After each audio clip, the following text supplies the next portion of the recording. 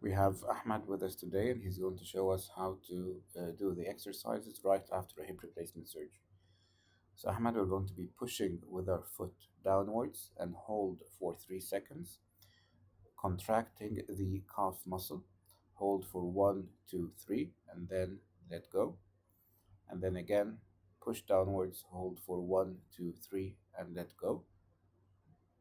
One, two, three, and then let go. We can do this on both sides, and this will help blood returning back to our heart through the veins. Next, we're going to be pushing downwards with our knee, contracting the quadriceps muscle in the thigh. One, two, three, and then let go. And one, two, three, and then let go. The third exercise we're going to be doing is contracting our buttocks and holding one, two, three, and then letting go. Again, one, two, three, and then letting go. This will also help venous return, and can do this on both sides.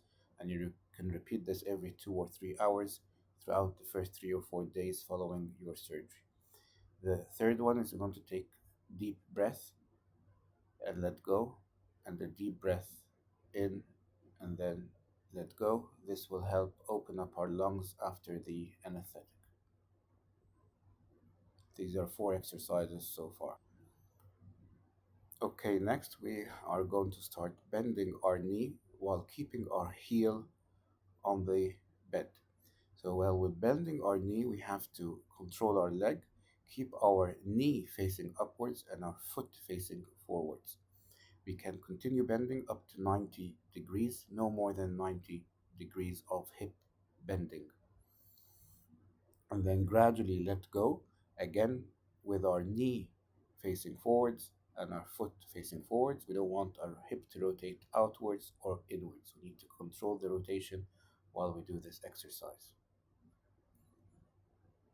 Again, so now he's going to be bending his knee and his hip, heel on the bed, knee facing upwards and foot facing forwards, and controlling it as he lets go.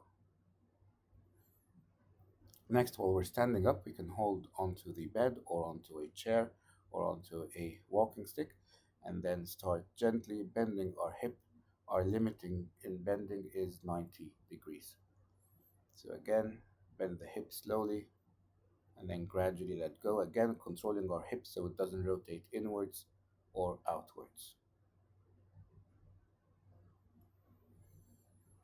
Next, we want to move our hip outwards, again controlling our leg so it doesn't rotate inwards or outwards while holding onto a chair or a bed for balance.